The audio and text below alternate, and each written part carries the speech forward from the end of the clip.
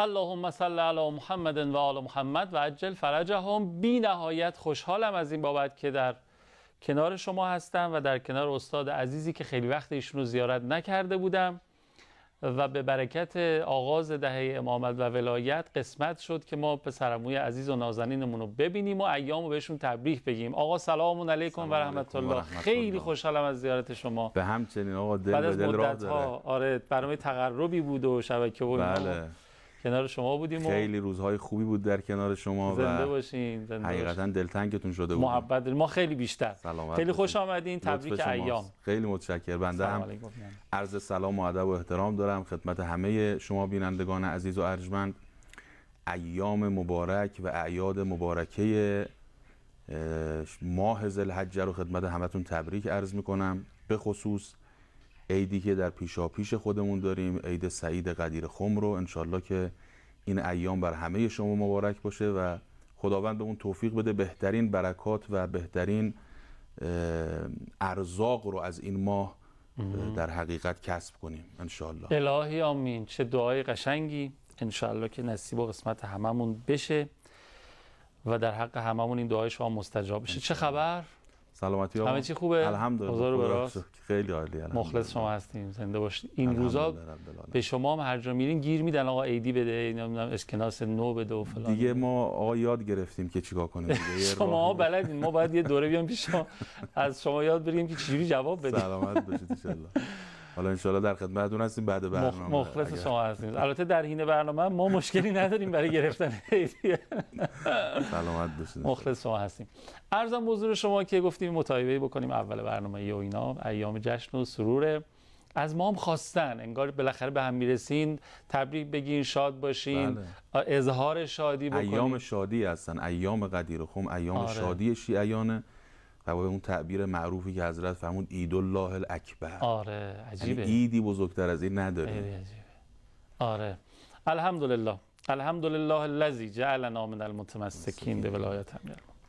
خب عرضم حضور شما که به نظرم ما چون که یعنی یکی از دلایلی که خدمت حاج آقای طباطبایی نژاد عزیز هستیم دلیلش اشراف ایشان به کلام حضرت مولاست در نهج البلاغه. یعنی مجموعه نهج البلاغه ایشان در سینه دارن، حفظ هستن، ضمن اینکه حافظ قرآن کریم هستن و ما گفتیم چی از این بهتر که ما با توجه به کلمات مولا معارف و در واقع آموزهای دینمون رو دریافت بکنیم.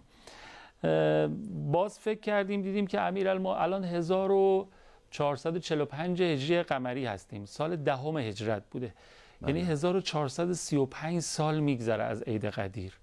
بعد از گذشت 1435 سال ببینیم که امیرالمومنین از ما شیعه هاشون که انشاءالله جز شیعیانشون باشیم، محبینشون که هستیم، قطعا دوستشون داریم، ولی واقعا نمیدونم، من خودم تردید دارم میتونم خودم رو شیعه محسوب بکنم یا نه. ببینیم چه انتظاری از ماها دارن با توجه به کلام خودشون در نهج البلاغه. آقا بسم الله اگه صلاح دونستین. سلامت باشید. خیلی متشکرم از لطف شما و از دعوت شما. مخلص. خدمت شما عرض کنم که خیلی موضوع در حقیقت کاربردی و قابل توجهیه. درسته. و چه بهتر از این که ما در چنین ایامی که نام و یاد امیرالمومنین همه جا زنده است بر سر خوان اون حضرت بنشینیم و از نهج البلاغه اون حضرت استفاده کنیم. حکمت 82 نهج البلاغه امیرالمومنین در حقیقت بیان کننده قسمتی از همان چیزی که شما فرمودید. عرض کردم. در حقیقت میشه گفت یه نوع انتظارات امیرالمومنین از شیعیانه که من از شما شیعیان توقع دارم. شیعیان هر عصری، نه فقط شیعیان هر عصری تا الان. بله. از همه شما شیعیان من توقع دارم این گونه باشید. این صفات رو در خودتون ایجاد کنید. اگه اینطور بودید من علی رو راضی کردید. چه خوب. جناب حافظ یه غزل معروفی داره، غزل 188مش که شاید این غزل رو در اواخر عمرش هم گفته باشه، من احتمال میدم. تو این غزل حافظ میگه که من کلید گنج سعادت رو پیدا کردم. اگر کسی دنبال اینه که گنج سعادت رو باز کنه، من حافظ کلیدش رو پیدا کردم و این کلید رو هم از هر جایی پیدا نکردم و از دل قرآن در آوردم. خیلی نکته جالبیه دیگه. حالا حافظ بالاخره یه سالک راهی بوده، یه طی کننده مسیری بوده. میگه که با این ابیاتم شروع میکنه، میگه مرا به رندی و عشقان فضول عیب کند، که اعتراض بر اسرار علم غیب کند. کمال سر محبت ببین نه نقص گناه، که هر که بی هنر افتد نظر به عیب کند. آفرین. میگه من حافظ رو میخوای ارزیابی کنی، نگو این آدم گناهکاریه، به ظاهرم نگاه نکن، به این که دل عاشقی دارم نگاه کن. که هر که بی هنر افتد نظر به عیب کند. آره.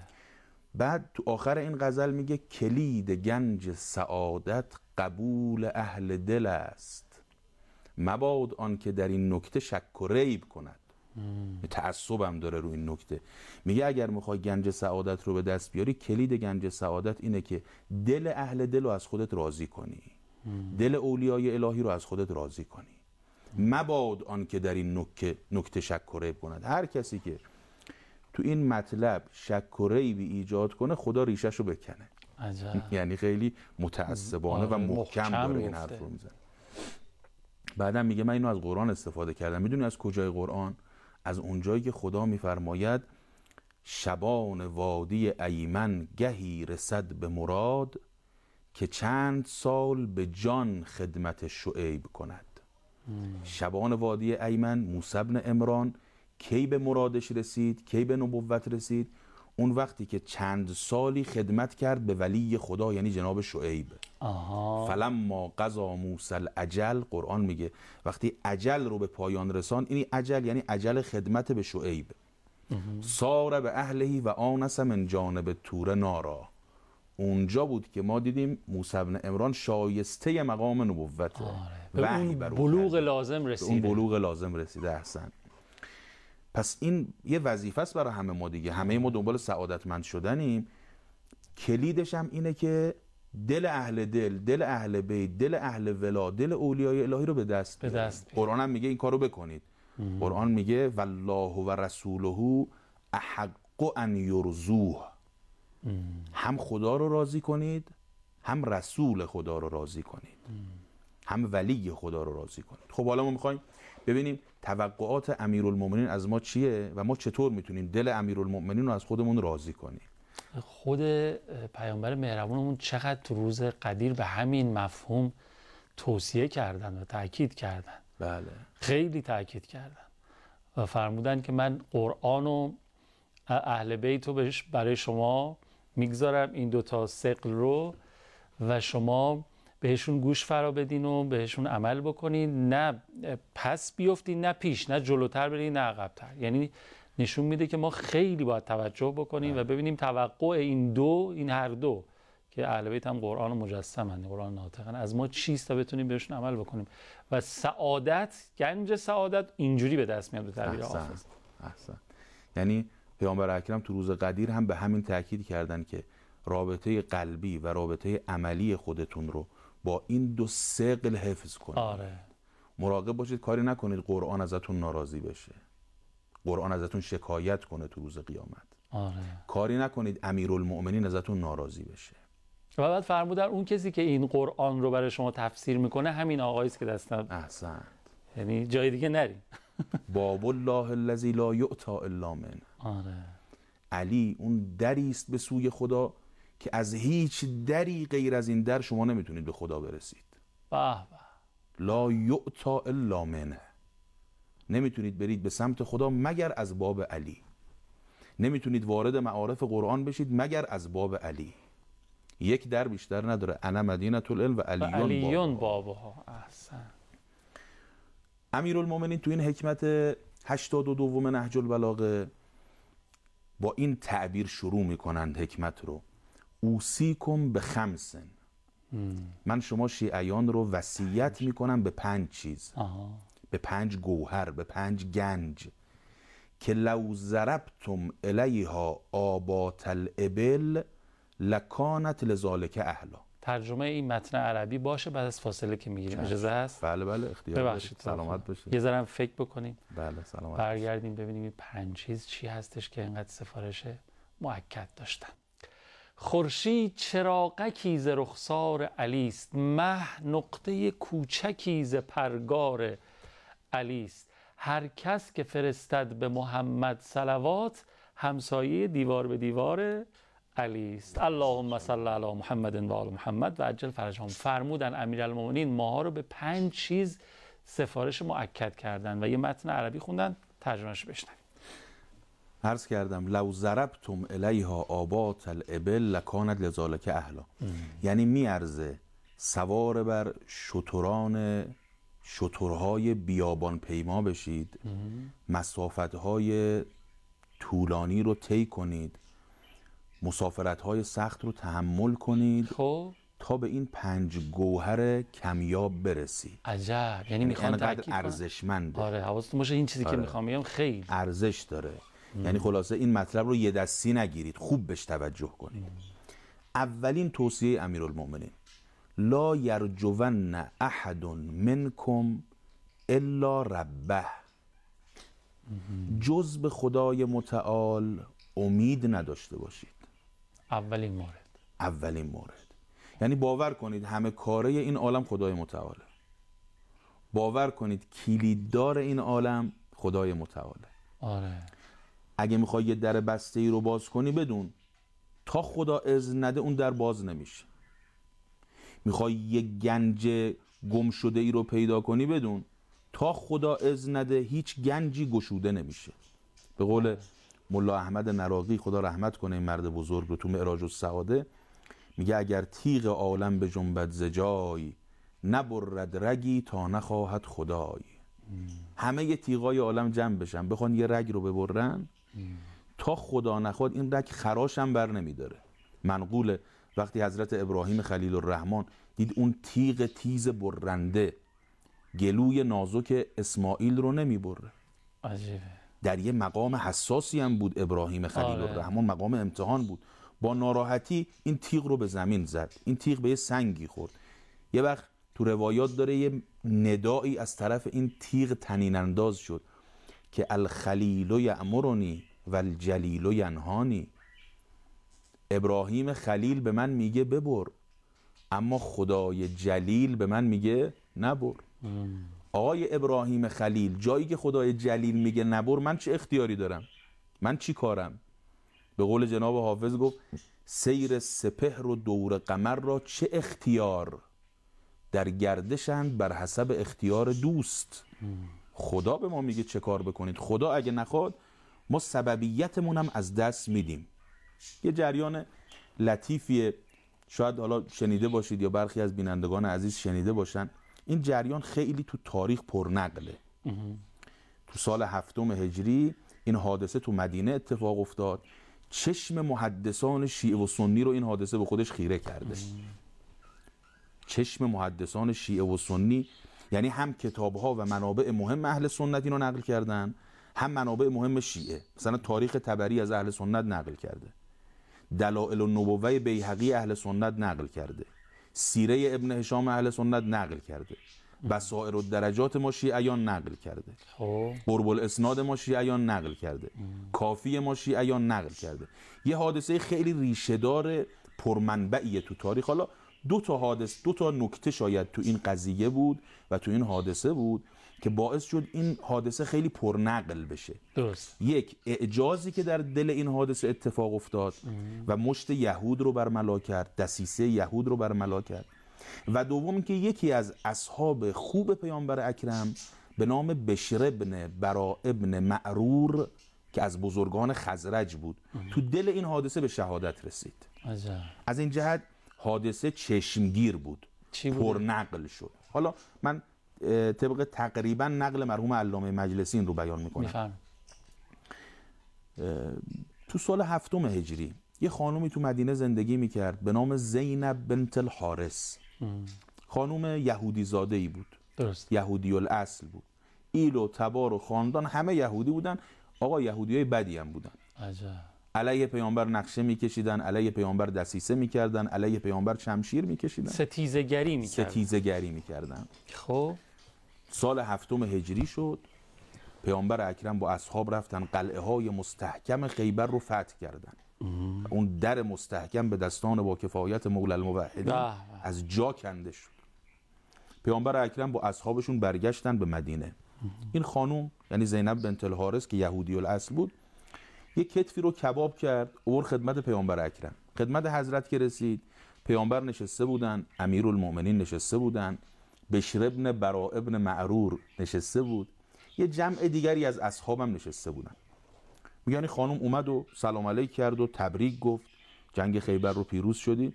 این کتف کباب شده رو گذاشت جلوی رسول الله و میخواست بره. پیامبر اکرم فرمودن که زینب بنت الحارث، قضیه این کتف کباب شده چیه؟ گفت آقا جان، من شنیدم شما رفتید به سمت خیبر و میدونستم قلعه های خیبر فتح شدنی نیست. ناراحت بودم، نگران بودم، نذر کردم اگه رسول الله سالم برگرده به مدینه، صحیح برگرده به مدینه، پیروز برگرده به مدینه، این یه گوسفندی که تو خونه دارم اینو قربانی میکنم، کتفشو کباب میکنم، میبرم خدمت رسول الله، حالا اومدم به نظرم عمل کنم. من شنیدم شما کتف گوسفند اگه کباب بشه تناول میکنید، کنار نمیزنید. رسول الله تشکر کردن ازش. این خانوم هم رفت. پیامبر اکرم نگاه کردن، دیدن گوشت اومد اما نون نیامد، کسی نان نیاورد. رو کردن به مسلمونا، فرمودن ایتونی بالخبز، کدوم یک از شما مسلمونا یه تیکه نانی تو منزلش داره بیاره، این گوشت رو همراه با نان تناول کنید. تو رفتن نون بیارن، میگه که این آقای بشر ابن براء ابن معرور دست انداخت، یه تیکه از این گوشت رو کند گذاشت تو دهنش. امیرالمؤمنین رو کردن به این آقای بشر، گفتن یا بشر لا تتقدم علی رسول الله، چرا بدون اجازه پیامبر خوردی؟ چرا پیامبر اجازه نگرفتی؟ بیادبی مثلا. بیادبیه. بشر گفتش که یا علی انک تبخل رسول الله، تو خیلی رسول الله رو بخیل میدونی، رسول الله که اینطوری اجازه میده به ما یه تیکه گوشت برداریم بخوریم. امیرالمؤمنین فرمود انا لا ابخله بل انا ابجله، من پیامبر رو بخیل نمیدونم، من پیامبر رو بزرگ میدونم. قرآن میگه وقتی در محضر پیامبر بزرگ هستید لا تتقدموا بین یدی الله و رسوله، بدون اجازه پیامبر کاری نکنید، بدون اجازه پیامبر حرکتی نکنید. من پیامبر رو بزرگ میدونم. بعدش هم آقای بشر ابن براء ابن معرور، این خانومی که این گوشت رو برداشت آورد یهودی الاصله، تو از کجا میدونی این گوشت سالمه؟ اگه با اجازه پیامبر میخوردی، پیامبر ضامن سلامتیت بودن. اما حالا که بدون اجازه خوردی، خودت مسئولی. اگه چیزی بشه دیگه خودت مسئولی، بدون اجازه خوردی. این آقای بشر ابن براء ابن معرور هم همینطوری که داشت دلوپی گوشت رو میخورد و مثل اینکه خیلی هم بهش مزه کرده بود، دوباره تکرار کرد یا علی انا لا ابخل رسول الله، من فرقم با تو اینه، تو رسول الله رو بخیل میدونی، من رسول الله رو بخیل نمیدونم. پیامبر اکرم بالاخره این نونه رسید. پیامبر اکرم یه تیکه نون برداشتن، یه لقمه گرفتن. یه وقت ندای غیبی به رسول الله رسید که یا رسول الله از این گوشت نخور، این گوشت مسمومه. عرض کردم چقدر نقل تاریخی داره این حدیث. همه منابع مهم، حالا نگیم همه، بسیاری از منابع مهم اهل سنت و بسیاری از منابعش یه نقل کردن که ندای غیبی به رسول الله رسیده، رسول الله از این گوشت نخور، این گوشت مسمومه. پیامبر اکرم فرمودن برید زینب بنت الحارث رو بیارید. این خانم یهودی رو آوردن. پیامبر فرمود چرا گوشت مسموم گذاشتی جلو ما؟ گفت یا رسول الله حقیقتشو بگم؟ بله حقیقتشو بگو. حقیقتش این بود تو جنگی که شما با یهود داشتید پدرم کشته شد، برادرم کشته شد، همسرم کشته شد، فرزندم کشته شد، همه ایل و تبار من تار و مار شدن. کینه کرده بوده. من نشستم به خودم فکر کردم، گفتم اگه این آقا واقعا حاکمه و دنبال قدرته، من انتقام میگیرم ازش. اگه نه واقعا پیامبره و به دنبال حقه و به دستور خدا داره جهاد میکنه، این آقا وعده فتح مکه داده نباید بمیره، خدا هر جوری شده نجاتش میده. من گفتم اگه متوجه میشم اینجا حقانیت شما، متوجه میشم حقانیت شما رو. رسول الله میگن فرمود اینطوریه؟ گفت بله اینطوریه. حضرت فرمود برید بزرگان اصحاب منو بگید بیان. 10 نفر از بزرگان اصحاب اومدن. فقط باید حواستون باشه ما 2 دقیقه بیشتر وقت نداریم برای اینکه به جمع خب سری پس حکایتم برسیم. آره 10 نفر از بزرگان اصحاب اومدن. عمار اومد، ابوذر اومد، مقداد اومد، سلمان اومد، رسول الله نشسته، امیرالمؤمنین نشسته. بعد همه که دور این کباب جمع شدن، پیامبر اکرم فرمود بسم الله الشافی، بسم الله الکافی، بسم الله المعافی، کلوا علی اسم الله. عجب. بخورید بر نام خدا.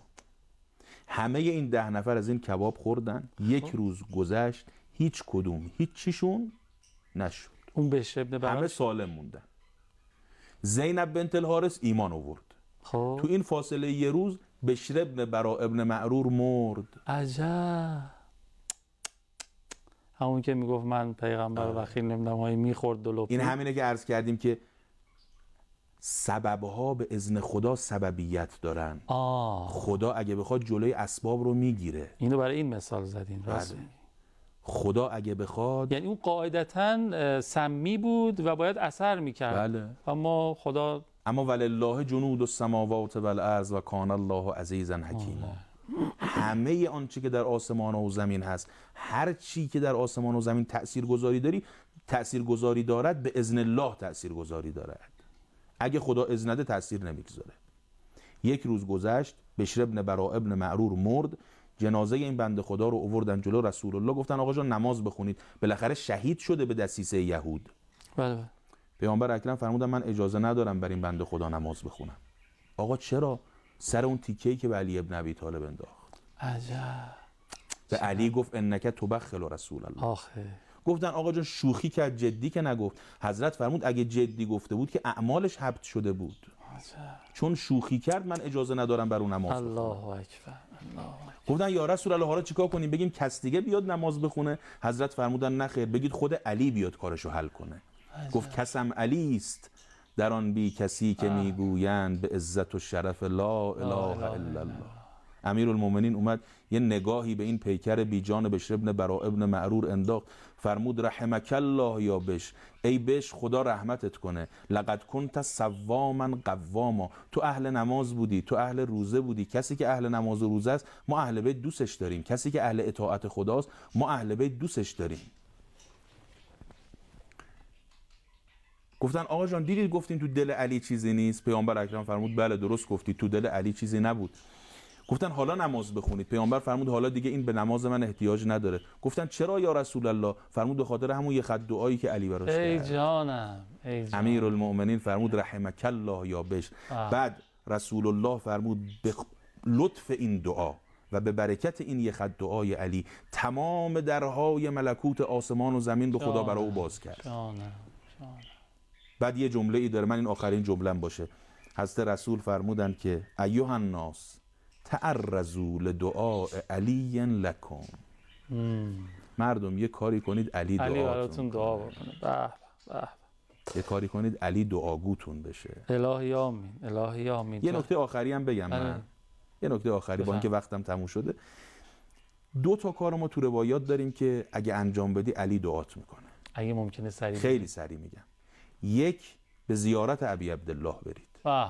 یدعو امیرالمؤمنین لزوار الحسین. دعاش میکنه زائرین امام حسین. دوم، برای ابی عبدالله گریه کنید. هم زیارت هر هم کس بر حسین ابن علی گریه کرد ابا عبدالله نگاش میکنه، ثم یسأل اباه ان یستغفر له. میره پیش باباش امیرالمؤمنین میگه بابا جان برای این یه دعایی بکنید. ای جانم. ای جانم. آقا دم شما گرم. پس همه کاره عالم خداست. بخواد میشه، نخواد بالا بری پایین بیای نمیشه. آره این مثالم برای همین بود. بله بله. دم شما گرم. ان شاءالله ادامه میدیم این مسیر رو. این اولین اون 5 موردی بود که امیرالمومنین توصیه کرده بود. بله بله. خدا خیرتون بده. الهی که هممون مشمول دعای خیر امیرالمومنین باشیم، با زیارت امام حسین، با گریه برای مصائب امام حسین، با کارهای قشنگی که تو این دهه ولایت خودشون از ما خواستن برای بزرگداشت عید سعید قدیر خم انجام بدیم. اللهم آمین.